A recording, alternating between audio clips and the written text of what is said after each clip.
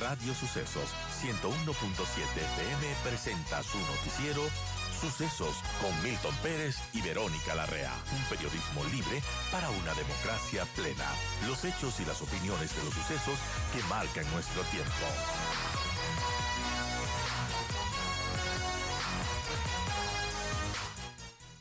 Hola, a ver amigos, buenos días. Gracias por seguir con nosotros y yo agradezco la presencia de Juan Neira, analista político, para hablar del momento que está viviendo el gobierno del presidente Noboa. Hoy justamente se anuncia la presentación de la vocera de gobierno, la vocera de la presidencia, Carolina Jaramillo. Ella es una consultora política conocida que ha tenido alguna trayectoria ya en servicio público.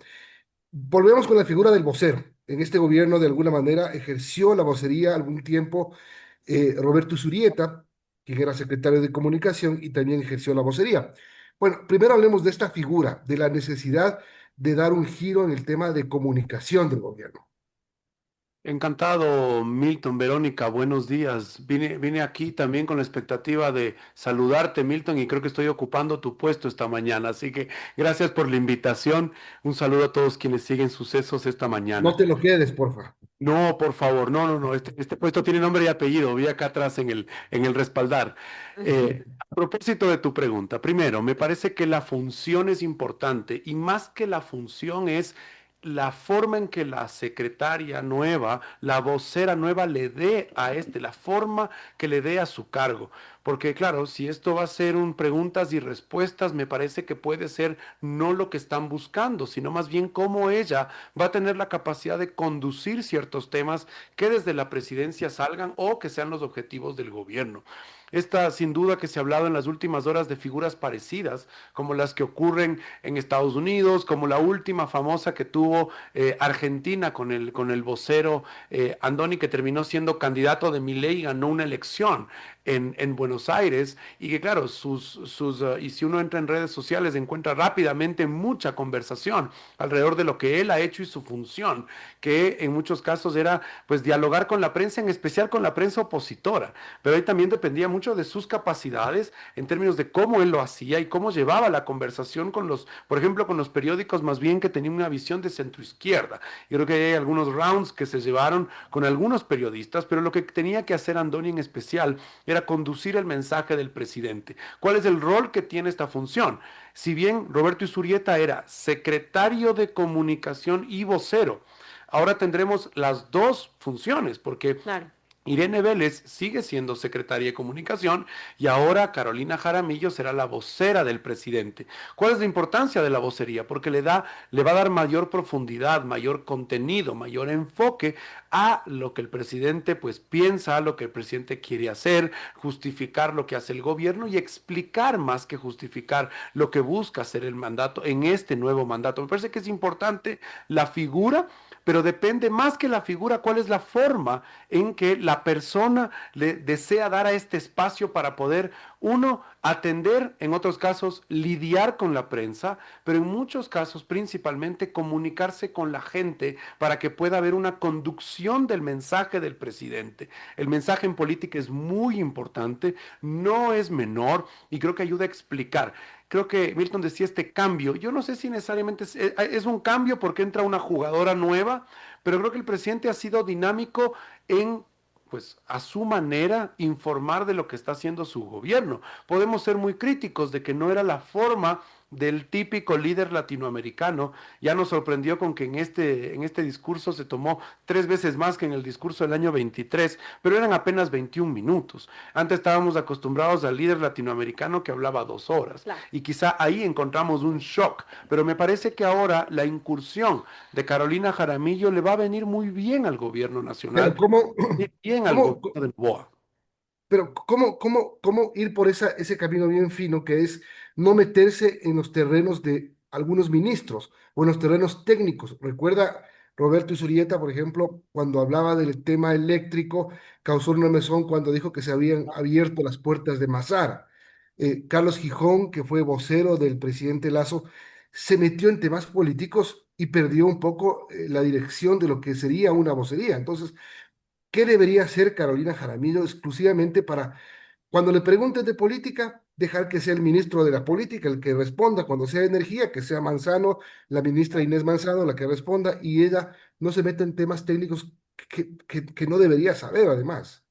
Por eso enfoco el tema en la necesidad de que ella defina el espacio. Es decir, la oportunidad no es que sea solamente funcional, una persona que hable en nombre del presidente, es una persona que define su espacio, ¿sí? Y que respete espacios de otros. Ojalá no pase que por esta figura ya no tengan, y en el caso de ustedes, los medios de comunicación, la posibilidad de tener ministros, por ejemplo, en Claro. sus programas. Venía escuchando varios programas de radio en la mañana y claro, decían, oye, ojalá esto no ocurra, que digan ahora que ya es solamente la vocera quien habla y ya no los ministros, porque ustedes también se podrían quedar sin invitados de cara al gabinete. Yo sí creo que hay que dividir Milton, hasta dónde llega la vocería de la vocera presidencial por usar esta reiteración. Yo creo que entender que es la voz del presidente, que es algo muy de fondo, ¿ah? Me parece que es un cargo no menor, me parece que es un cargo no sencillo, ¿sí? Porque aparte es darle voz a un presidente que ha resultado ser un presidente que le gusta hablar poco,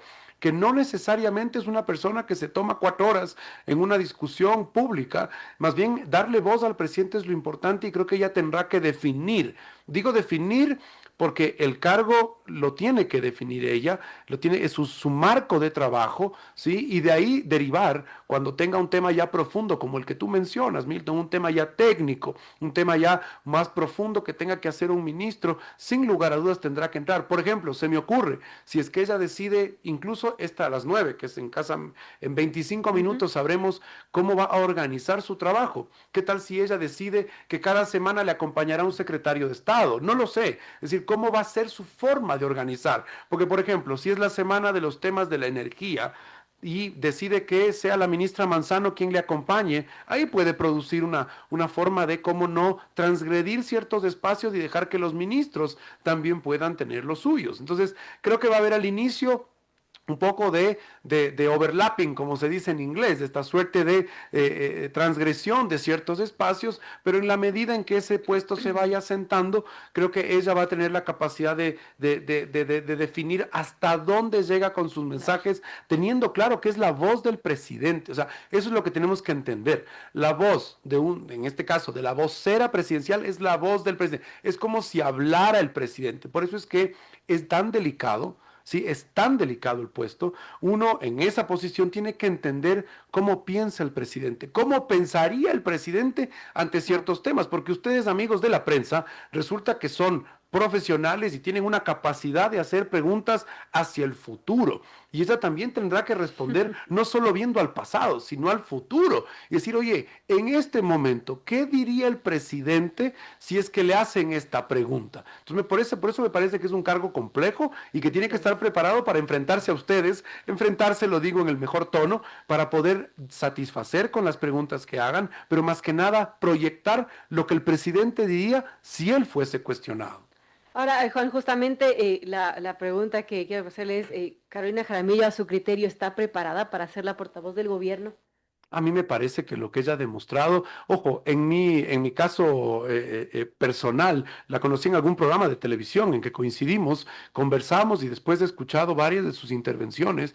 Me parece que es una persona que tiene una trayectoria en el sector de la comunicación. Hemos visto ya, pues, aparte que las redes sociales se encargan el fin de semana de darnos más información sobre su pasado, su presente y su futuro. Sí, y algunos que ya dibujan que le va a ir bien o que le va a ir mal. Pero lo cierto es que hemos visto que ha tenido algunas responsabilidades, incluso, ¿sí? En las tareas anteriores de gobierno, y creo que eso le da credenciales, ¿sí? Para darle una oportunidad. Yo creo que ella está preparada, me parece que está lista para hacer este trabajo. Habrá que ver hasta dónde esa comunión con el presidente le permite a ella ser y sentirse flexible en el espacio para que pueda pues ser de una capacidad que influya, porque el rato que tengamos temas en que nos diga, mira, tengo que consultar con el presidente, y eso pase Claro. muchas veces, puede ser que ella pierda espacio, ¿sí? Y pierda esta suerte de credibilidad en decir que con ella hay que preguntar. En cambio, si es que ella va preparada, si ella tiene esta capacidad de leerle al presidente en lo que puede buscar, me parece que le puede ir muy bien. Juan, el presidente Novoa ratificó al 98% de su gabinete. Te escuché en Ecoavisa decir no hay 100 días de luna de miel. Bueno, podemos decir que tuvo un año, 8 meses de luna de miel, porque gana las elecciones con 11 puntos y eso es categórico e irrefutable, aunque se haya querido cuestionar como una especie de fraude de 1.100.000 votos. Bueno, eso ya es otro tema, pero el presidente Noboa viene soportando crisis, la crisis de seguridad, viene soportando la crisis eléctrica, la crisis económica, medidas difíciles, y aún así salió avante y con ese triunfo en las elecciones. Es decir, tiene un capital importante, pero obviamente los capitales se pierden. Recordemos el del presidente Lazo, que cumplió con su vacunación en los 100 primeros días y después se descalabró. Absolutamente, es un desafío enorme porque la política al final del día, Milton y amigos, es el manejo de las expectativas. ¿Cómo se pueden manejar las expectativas de una población en este caso? Y hoy las expectativas están muy altas. ¿Por qué? Porque la gente ha dicho, mira, sí, hemos votado por ti, pues hemos dado un 55% de apoyo en las urnas, que ahí es curioso, el presidente Noboa me parece interesante, en la entrevista que le da a CNN Internacional, perdón, en español en su momento, él dice, de ese 55, 30 está cercano a mi proyecto y eso me parece a mí generoso, porque del 25% que el presidente dice que no estuvo con él, lo reconoce como un grupo que votó quizá movido por el miedo. Entonces el presidente me parece que tiene conciencia, ¿sí? Y es generoso y no es abusivo en decir, ese 55% está conmigo y está completamente a mi favor, pese a que le acompaña un 60% de apoyo en gestión. Pero lo cierto es que la ratificación del gabinete, en mi opinión, es una buena decisión y muy pragmática. ¿Por qué? Porque él entiende que el nuevo gobierno comenzó el 14 de abril, porque el Claro. 13 de abril con 12 puntos en la noche del domingo, el lunes y en adelante supimos que eran 11 puntos de diferencia, pues ya era irrefutable y lo cierto es que las personas van a estar con mucha ansiedad. Hoy las sociedades son muy ansiosas y buscan resultados rápidos. Entonces me parece que el presidente Noboa ratifica su gabinete. ¿Por qué? No porque no los va a cambiar, es porque no los va a cambiar a todos de un solo golpe. ¿Por qué? Porque necesita que los que ya vienen trabajando en sus ministerios, sí, podemos ser críticos o podemos ser favorables. Lo cierto es que ya son personas que han ganado una suerte de curva de aprendizaje. En este caso no hay curva, porque ¿qué ha ocurrido en otros casos? Pone todo un nuevo gabinete y diremos, oye, ¿sabes qué? Tenemos que darle 3 meses para que hagan el plan, para que presenten la idea. Hoy el presidente Noboa me parece que se da cuenta de que tiene que arrancar sobre la marcha, ¿sí? No hubo un cambio de mando, hubo una renovación de mando. Y en la medida en que eso ocurre, siento que la decisión de él no es que va a mantener siempre estos ministros, los va a mantener de arranque porque necesita que agarren sobre la picada el tema, pero lo cierto es que irá haciendo cambios conforme pasen los meses, porque tendrá Milton que batallar contra la desaprobación que puede venir si no se satisfacen esas necesidades, que son re complejas. Y ahí creo que el trabajo, nuevamente volvamos a la vocería del presidente va a ser súper importante, ¿sí? Para ayudar a navegar estas olas, ¿sí? Esta suerte de subes y bajas, porque la gente dirá, oye, son los 3 meses más violentos que hemos tenido en la historia, ¿qué están haciendo? Y tendrá que comentar, pues, 2 o 3 ideas generales y derivarle después al ministro de Defensa y del Interior. Entonces, me parece a mí que esa también será la habilidad que tendrá que ella mostrar para darle una suerte de movilidad a las expectativas de la gente, porque, por ejemplo, en seguridad, de esta pues no salimos solos. Es un problema de capacidades y mientras no tengamos amplia cooperación internacional, va a ser muy difícil que con lo que tenemos podamos contrarrestar, ¿sí? A los grupos de delincuencia organizada. Y en el tema de empleo también es complejo. ¿Por qué? Porque va a necesitar el gobierno que venga mucha inversión privada, pública e internacional, que puede tomar tiempo. Y ahí será pues la capacidad, si lo ponemos en una persona, de Carolina, pero en general de un gobierno, de contarle a la gente qué están haciendo, ¿sí? Para que ocurra lo que están esperando, en especial en seguridad y en especial en empleo. Juan, quería preguntarle cómo ve las cosas en la Asamblea Nacional con estos acuerdos, con esta mayoría que ha logrado ADN, aunque tal vez los acuerdos no sean ni sólidos ni estables, ¿no? A ver, en el mundo ya no hay mayorías estables. Vimos el Universo hace como 2 semanas, entrevistaron al expresidente del Congreso, Juan José Pons. Él decía, en el mundo ya no hay mayorías estables y creo que eso es Así cierto. es. Me parece que el gobierno, hay mucha gente que dice, ¿por qué el gobierno no tiene más de 80 votos? El gobierno tuvo los votos que necesitaba y era entre 77 y 80. ¿Para qué? Para dibujar pues las autoridades, el CAL, ¿sí? La presidencia, las 2 vicepresidencias, las 4 vocalías y tener 13 de 15 comisiones.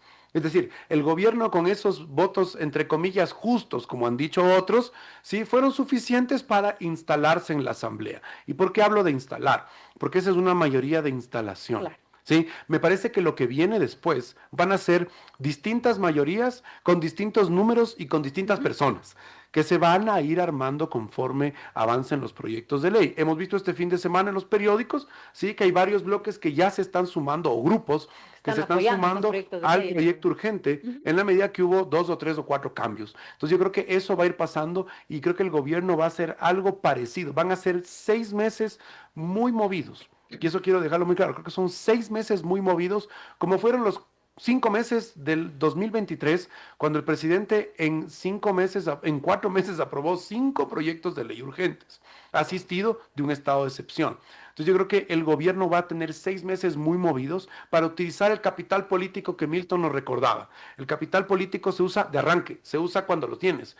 Y eso pasa como en una empresa. El capital lo utilizas para invertir en la radio, para comprar micrófonos, para comprar consolas, para mejorar. ¿Para qué? Para invertir y tener un mejor servicio. En el caso de la política es lo mismo. Utilizas ese capital para una serie de decisiones que pueden ser complejas. Ya vimos en la entrevista de la colega de ustedes, Janet Inostroza, que el presidente habla de los subsidios al diésel. Es una medida compleja, no menor, pero importante, y habrá que tomarla quizá de arranque. Creo que si el gobierno decide entrar en una reforma laboral, es la única oportunidad, los 6 primeros meses, y después será más complejo que pueda avanzar, porque el Ecuador es prolífico en dar problemas. Serán 3 años y medio que estarán determinados por lo que haga los primeros 6 meses.